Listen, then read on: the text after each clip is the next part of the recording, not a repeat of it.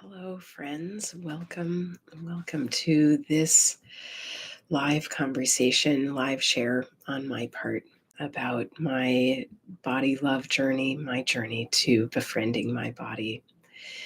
And what I am feeling called to share about today is the journey of my sweet tooth, my relationship to my sweet tooth.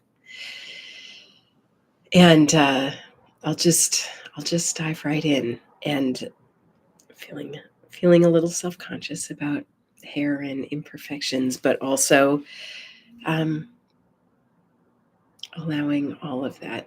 I know that anyone who is joining me knows the feeling of self-consciousness. And, one of my goals in all that I do is to allow my experience to offer everyone around me a sort of sense of belonging and spaciousness, a sense of, we're all fumbling through this life, this experience together and alongside each other. And it's so easy to be self critical and hard on ourselves. I especially get that feeling when I am in front of a camera. I've been practicing sharing on camera for over 5 years, I think, at this point. And I have gained freedom around that. And I still feel a lot of the inner watcher looking over my shoulder when a camera's on. So here we are, being human and real together. So actually, what I'd like to do is to start, whether you are watching on a replay or you are here with me live, welcome. Let's just start with a quick moment of arriving into this moment together. There's a funny reality that I am making this in this present moment, and you are watching it in this present moment. But those moments might be different, and that is such a paradoxical and expansive example of the the the complex truth and paradox of many things being true at the same time, of reality being so vast and intricate.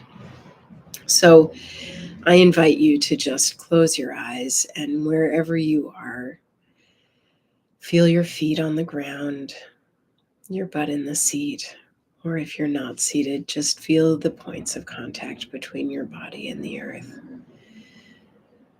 And bring your attention into the body, calling your attention back from anywhere that it is.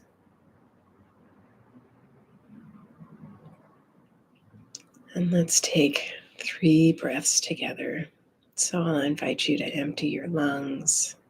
And then with me, let's take a deep breath in.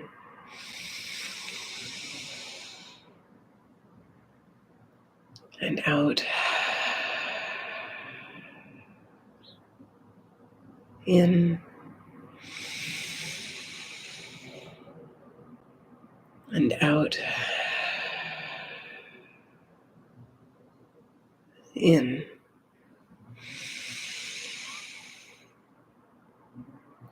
And out. And when you feel ready, I invite you to open your eyes. And I will begin. So let me talk about the journey of my sweet tooth. I have had a sweet tooth for as long as I can remember. As a kid, I was super into sweets, and on more than one occasion, I ate myself sick on sweets. Uh, Birthday parties, the chance to eat as much cake as I wanted or to have a whole bunch of candy around Halloween. Uh, was both a wonderful opportunity of freedom and just yeah, I can have as much as I want, and often brought with it the consequence of eating more than my body could handle and getting sick later, either either throwing up or having terrible indigestion or really uncomfortable poops later. And if you are like me, then you have these experiences yourself of having eaten too much of a good thing and discovered the truth that nothing is all good or all bad. And sugar is such a great example of that. For me, the pleasure of a sweet treat cannot be denied, and I never would deny it. I eat dessert pretty much every day. I love ice cream, and I love to eat ice cream every day. Um, and there is a cost to my body and my experience, and to my relationship with myself or myselves in the way that I relate to and consume sugar. So for a long time, I would, given the opportunity, eat a really harmful, like a self harming amount of sugar. Um, some people will tell you that any amount of sugar is self harming, and I don't find that a helpful perspective. And I really, in my journey in relating to my body and in my spiritual journey, I really strongly encourage the orientation of what's useful to me, what's helpful to me, rather than trying to seek out some authoritative truth of things, because there is no one authoritative truth, just as there is no one single present moment, as we experienced with our arriving and grounding together. So part of this journey is really learning to bring your sense of authority into yourself. And the best way so far that I have found to do that is to invite myself into relating to all of my experience, inner experience, outer experience, it from the frame of what is useful to me, what is helpful to me, what feels good to me. And then getting curious about the complexity around those questions, around the question of um, what feels useful, in particular around the question of what feels good. And that's a great question to use to talk about sugar, because of course in the moment that I am eating sugar, that experience almost always feels good. Like for me, the point of eating sugar is that it is delicious. Dessert is so yummy. I love it.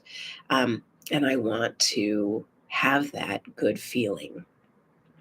And part of how I have shifted my relationship to sugar and to sweetness is to expand the moment in which I am exploring what feels good.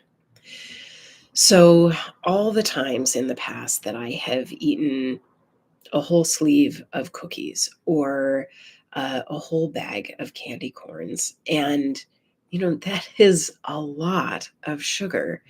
Um, Especially, I turn to candy corn as a great example because it's pure sugar.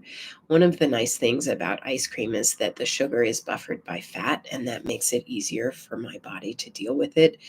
But on more than one occasion, I've eaten a whole big bag of candy corns, and it comes to a point where even in the moment, it isn't feeling good, and yet there's this like compulsion in me, this like part of me that's like, oh, I can't stop. And and I'm gonna come back to that compulsive eating. Um, and I want to talk about the expansion of the moment allows me to recognize that even if in this moment eating the candy corn feels good, if I can expand the moment to include the full process of my body experiencing the candy corn, not just this part of my body experiencing the candy corn, or like this part and this part, because I think the brain and the mouth can really be involved in that like compulsive eating. But if I can include the whole body, to include the stomach, the gut, the intestines, the full digestive tract, the part of me that feels the unpleasant cramping 4 hours later, the part of me that feels shame and discomfort at having done this to myself through my choices. As one of my housemates likes to say, we make our own prisons. And these choices that we make, and then instead of taking the consequences as like, oh, this is, I have given myself a bigger experience than I'm allowing myself to fully have. But then turning that sort of self-flagellating orientation to it, um, it means that I've sort of punished myself twice, or more than twice, right? I've punished myself by turning a treat into a self-harming activity, and now I'm beating myself up about it. And something I know from this experience is that punishment is never an effective treatment for for a process of self-harm. We know this from the outer world, that punishing people who are addicted to drugs does not help them to change their addiction, and punishing myself for my addiction to sugar doesn't help me change that addiction. So expanding that moment and dropping some of that shame, or at least starting to get curious about that shame, has been really important for my journey to changing my relationship with sugar. And and one of the sort of fulcrums that I'll offer is, when I'm in that self-flagellating place, I can really, with like shaking a fist at myself, say functionally, why did I do this to myself? Why did I do this to myself? And if I can just change that tone from punishing to being curious, that is such a good question. Why did I do this to myself? What is some part of me getting out of eating this much sugar, eating so much sugar that I might even want to stop, but like compulsively be eating the last candy corn because there it is and I can't stop myself, or because someone inside me, one of my selves inside, is driving me. Who is that hungry part, and what need are they trying to fulfill with this sweetness? And when I ask that question, it's easy to look at this world around us and think, well, it's no wonder that so many of us are craving sweetness. We've made such a hard world for ourselves and each other. We're so hard on ourselves and each other that any sweetness, any softness that we can offer ourselves, it's no wonder that we have what feels like an insatiable appetite for it. My partner recently was reading a book. I don't remember the title of the book, but they brought forth this zinger, which is, you can't get enough of what you don't need. And what I know about my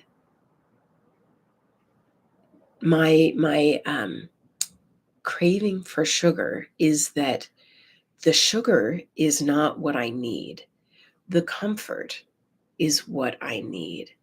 And the sugar is the best pathway, or like the most available, or the most socially conditioned pathway that I have found to trying to get close to addressing that need of some part of me to feel full rather than empty, to feel peaceful rather than fighty, to feel, yeah, fulfillment. And I have used sugar to feed that need, to try to plug that hole, that um, that is like my brain's best interpretation of the messages that it's getting from my body. And so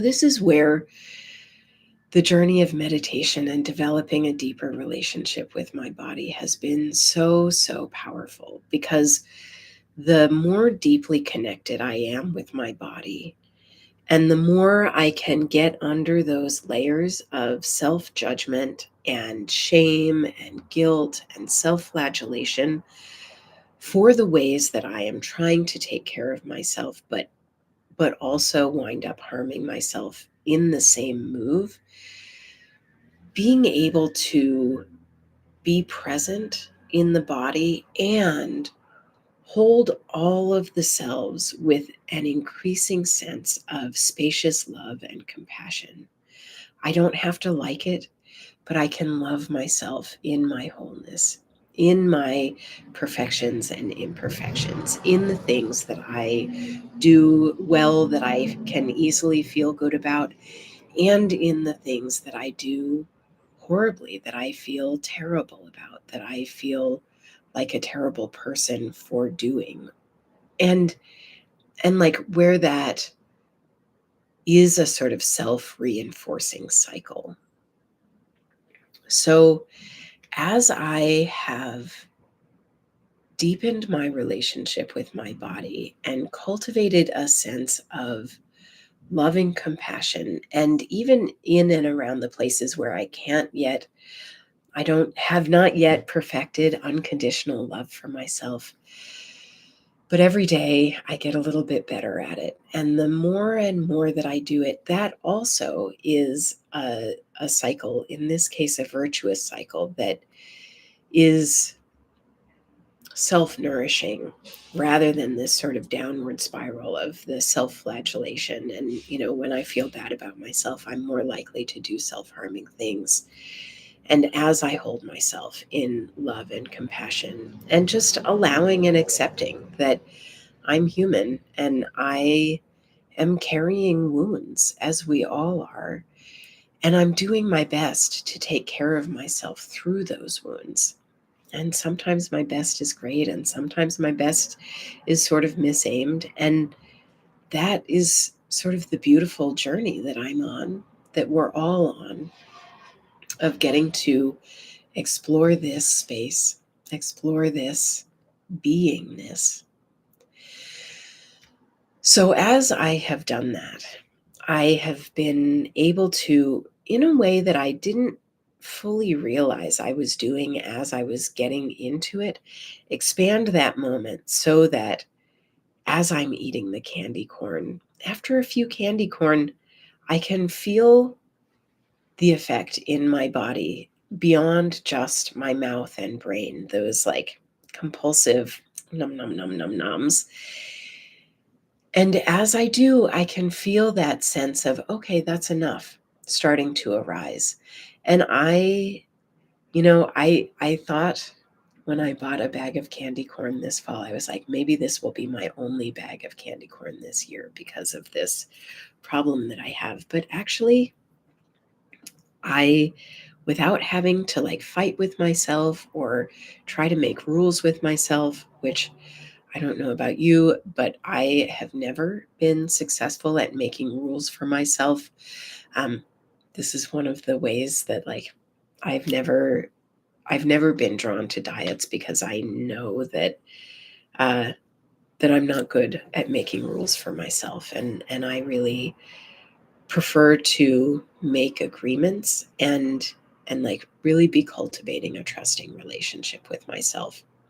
So one of those agreements has historically been I'm not going to buy the candy if I'm not willing to have the experience of eating it all in one go. But this fall, for the first time, I have bought a bag of candy corn and ate a few and then put the bag away. And then the next day, ate a few and put the bag away. And and so the experience of this journey is that over time, the relationship changes. It's not instantaneous. I have not yet found a quick fix. Um, but I don't feel the need for a quick fix the same way anymore. So one of the agreements that I've made with myself about sugar and sweetness is Um, other food has other value, right? Has nutritional value that uh, nourishes the body in other ways. But really, the whole point of eating sweets is to enjoy the pleasure of them. And so, my core agreement with myself around sugar and sweets is no distractions while I am enjoying them. Let me be fully present for the pleasure of this bowl of ice cream, for these 6 candy corns, for this piece of caramel, whatever it might be. I can walk through the park while I'm eating an ice cream cone.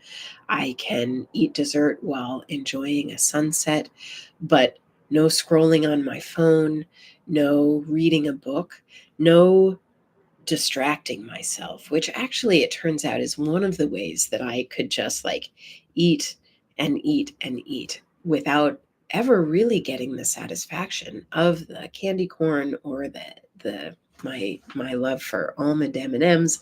You're learning all about my various sweet loves. Um, when I am fully present for them, I get to the point where I can experience that I have had enough. I have gotten what I need out of it, and now there is a sense of easy enoughness. I don't then have to fight with myself. I can just put it away. And this isn't to say that I don't still struggle. I still have moments when that happens, but I feel myself on this journey of it getting easier and easier. And that is about being able to be present, being able to really fully enjoy without beating myself up the fact that I love sweets. I think I'll always love sweets. And that's just part of me. Okay, great. Let me love them in a way where I can also love myself, which calls forth Prentice Hemphill's beautiful definition of boundaries being the distance at which I can love you and me simultaneously. I didn't realize that I was going to tie that in here, but really this journey of relating to sweets in a well boundaried way so I can love the sweets and I can love myself.